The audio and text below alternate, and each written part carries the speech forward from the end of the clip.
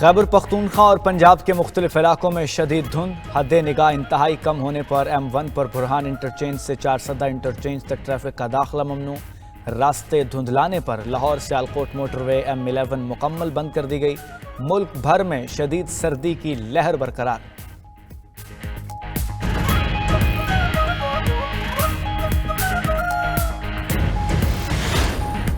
کراچی میں گھنٹوں بعد ٹریفک کی صورتحال معمول پر آ گئی۔ مختلف مقامات پر احتجاج کے باعث شہر قائد میں ٹریفک کا نظام درہم برہم رہا۔ بدترین ٹریفک جام نے شہریوں کو اذیت میں مبتلا کیے رکھا۔ شارع فیصل، ملیر 15، یونیورسٹی روڈ، نمائش چرنگی، گاڑیوں کی طویل قطاریں لگی رہیں۔ Abul Hasan Isphani road, 5 star Chowrangi, M A Jinnah road پر بھی بدترین ٹریفک جام رہا۔ صدر، پریڈی، جوہر چرنگی اور اطراف میں بھی گاڑیوں کا پہیہ جام رہا۔ دوسری جانب کراچی میں 2 روز کے لیے دفعہ 144 نافذ۔ اطلاق 31 دسمبر اور 1 جنوری کے لیے ہوگا۔ نئے سال پر ہوائی فائرنگ اور آتش بازی پر پابندی آئے۔ پی ٹی آئی کا ملٹری کورٹ سے سنائی گئی سزائیں چیلنج کرنے کا اعلان۔ Chairman P T I barrister Gohar کا کہنا ہے مذاکرات کے وقت فوجی عدالت کے فیصلے مناسب نہیں۔ سپریم کورٹ سے درخواست ہے ملٹری کورٹ سے متعلق فیصلہ جلد کرے۔ بیرسٹر گوہر نے 9 مئی اور 26 نومبر پر عدالتی کمیشن بنانے کا مطالبہ دہرایا۔ اپوزیشن لیڈر عمر ایوب نے فوجی عدالتوں سے سزاؤں کی مذمت کرتے ہوئے کہا ملٹری کا ادارہ بطور عدلیہ کام نہیں کر سکتا۔ آئین کے آرٹیکل 7 کی نفی کی گئی۔ تمام ادارے اپنے دائرے میں رہیں گے تو ہی جمہوریت اور معیشت چلے گی۔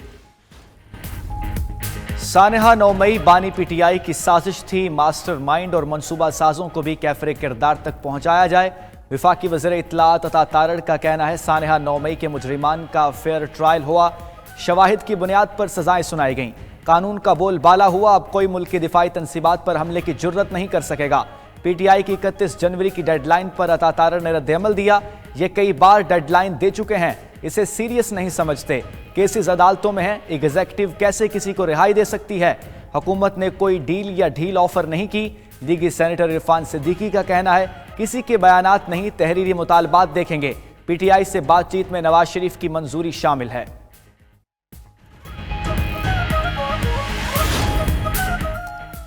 وزیر اعظم شہباز شریف کا آذربائیجان کے صدر الہام علیوف سے ٹیلی فونک رابطہ۔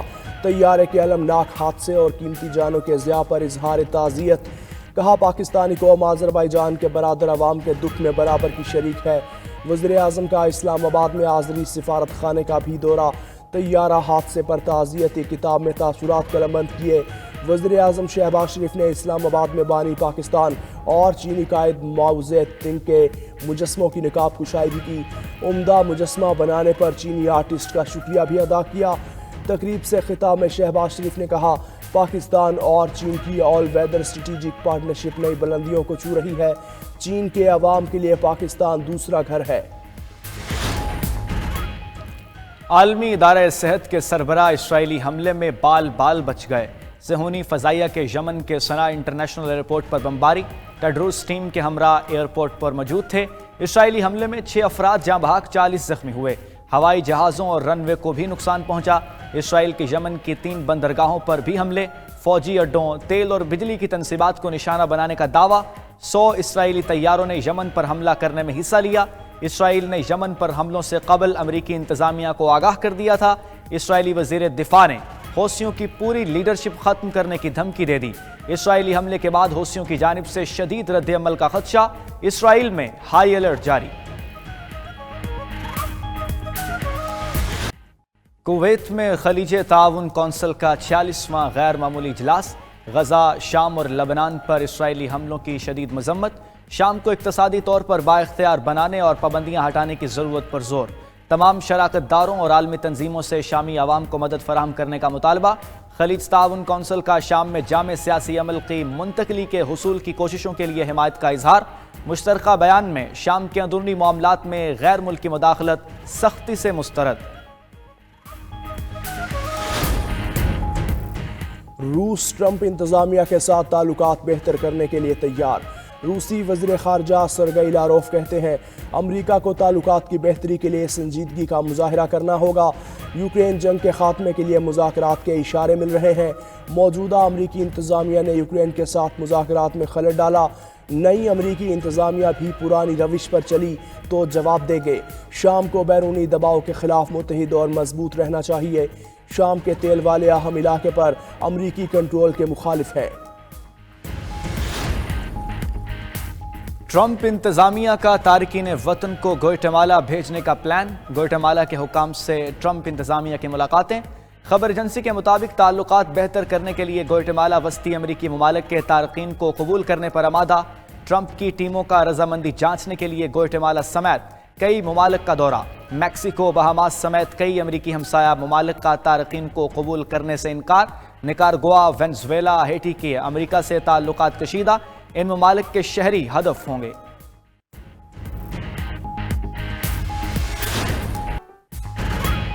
مسلم دنیا کی پہلی خاتون وزیر اعظم بے نظیر بھٹو کا 17واں یوم شہادت۔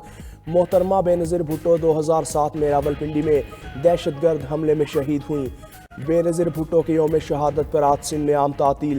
گڑھی خدا بخش میں مرکزی تقریب کی تیاریاں مکمل۔ صدر مملکت Asif Ali Zardari, chairman Peoples Party Bilawal Bhutto, governor K P Faisal کریم کنڈی سمیت مرکزی اور صوبائی لیڈرشپ لاڑکانہ پہنچ گئی۔ جلسہ بھی ہوگا۔ ملک بھر سے قافلے بھی پہنچنے لگے۔ بی بی کے مزار پر قرآن خوانی کا اہتمام، شمعیں بھی روشن کی گئیں۔ ملک کے دیگر شہروں میں بھی پیپلز پارٹی کی مقامی قیادت کی جانب سے دعائیہ تقاریب ہوگی۔ پی ٹی آئی نے حکومت سے مذاکراتی عمل مکمل کرنے کے لیے 31 جنوری کی ڈیڈ لائن رکھ لی۔ جیل میں بانی پی ٹی آئی سے ملاقات کے بعد مذاکراتی کمیٹی کی میڈیا سے گفتگو۔ صاحبزادہ حامد رضا نے کہا بانی پی ٹی آئی اپنے اوپر قاتلانہ حملے سمیت تمام زیادتیاں معاف کرنے کو تیار ہے۔ وہ اپنی رہائی کے لیے کسی سے ڈیل نہیں کریں گے۔ اوورسیز پاکستانیوں کے لیے سول نافرمانی کی کال برقرار ہے۔ بانی کی بہن علیمہ خان بولیں، بانی پی ٹی آئی نے کہا ہے کہ چاہے ان کو قید رکھیں، باقی سب کو رہا کر دیں۔ وہ ہاؤس اریسٹ بھی نہیں ہوں گے، مقدمات کا سامنا کریں گے۔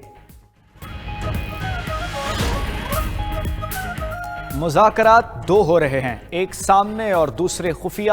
پردے کے پیچھے والے مذاکرات میں بانی پی ٹی آئی کا ان پٹ شامل ہے۔ فواد چودھری کی 92 نیوز کے پروگرام ہو کیا رہا ہے میں گفتگو۔ دعویٰ کیا کہ بیک گراؤنڈ مذاکرات میں علی امین گنڈاپور اور محسن نقوی کی 1.5 گھنٹہ ملاقات ہوئی۔ اس کے بعد علی امین کے اسلام آباد میں 3 ملاقاتیں ہو چکیں۔ ایک سوال کے جواب میں فواد چودھری نے کہا اگر مغرب اپنے دباؤ میں سنجیدہ ہوا تو پاکستانی معیشت کا مزید برا حال ہو جائے گا۔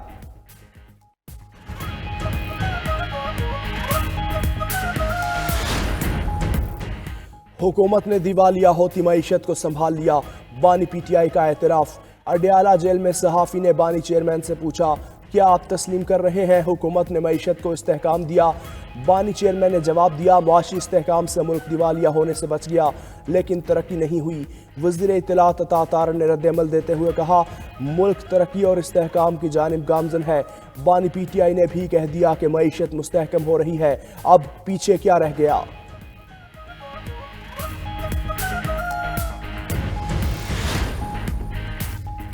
بلاول بھٹو عوام کے دل کی بات کرتے ہیں، آئندہ الیکشن میں بھاری اکثریت سے وزیر اعظم بنیں گے۔ وزیر اعلیٰ سندھ مراد علی شاہ کی سکھر میں گفتگو، کہا امریکہ ہمارے ججز پر اثر انداز نہیں ہو سکتا، اگر بانی پی ٹی آئی بے قصور ہوں گے تو رہا ہو جائیں گے۔ گورنر کے پی فیصل کریم کنڈی نے کہا 9 مئی کے ماسٹر مائنڈ کو بھی عدالتوں کا سامنا کرنا ہوگا، این آر او نہیں ملے گا۔ خیبر پختونخوا میں گورنر راج لگا تو وہ اکیلے ہی کافی ہیں۔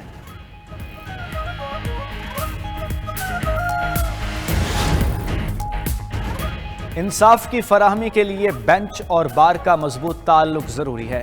چیف جسٹس یحییٰ افریدی کی بار ایسوسی ایشنز کے نمائندوں سے گفتگو۔ چیف جسٹس نے کہا عدلیہ قانون کی تشریح اور بنیادی حقوق کے تحفظ کی ضامن ہے۔ چیف جسٹس کی قانون و انصاف کمیشن کو بار ایسوسی ایشنز کو 10 لاکھ روپے کی گرانٹ فراہم کرنے کی ہدایت۔ انصاف تک رسائی اور عدالتی ڈھانچے کو مضبوط بنانے کے عزم کا اظہار۔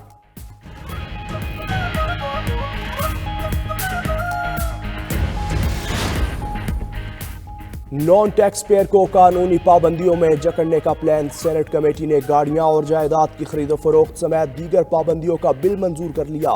گاڑی یا جائیداد خریدنے سے پہلے نان فائلرز کی مالیت احساس سے ثابت کرنا ہوں گے، ذرائع آمدن بتانا ہوں گے۔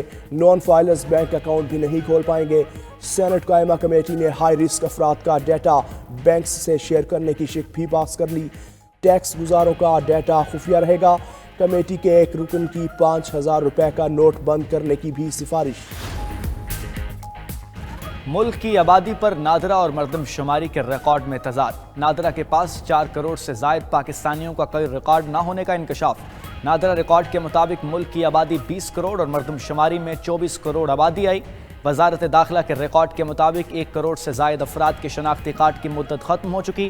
شادی شدہ افراد کے 63 لاکھ شریک حیات رجسٹرڈ نہیں مگر بچے رجسٹرڈ ہیں۔ مردہ قرار دیے گئے 20 لاکھ پاکستانیوں کے پاس اب بھی موبائل سم موجود۔ 1 لاکھ افراد کی بائیو میٹرک فنگر پرنٹس وفات کے بعد بھی استعمال کیے جاتے رہے۔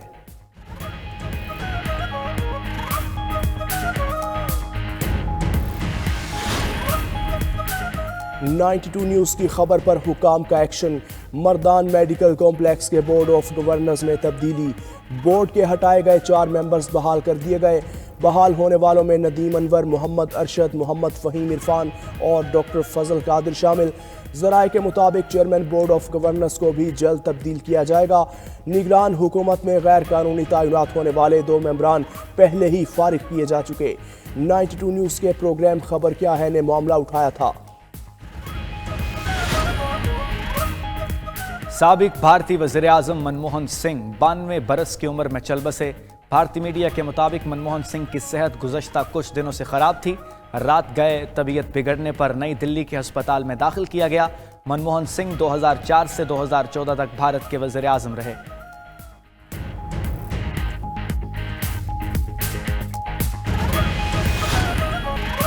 ہیں اور بھی دنیا میں سخن ور بہت اچھے، کہتے ہیں کہ غالب کا ہے انداز بیاں اور۔ شہنشاہ سخن مرزا اسد اللہ خان غالب کا یوم پیدائش۔ اردو ادب کے لیے مرزا غالب کی لافانی خدمات، جدید اردو کے بانی کہلائے۔ 1.5 صدی بعد بھی مرزا غالب کی شاعری کو کروڑوں مداح ہے۔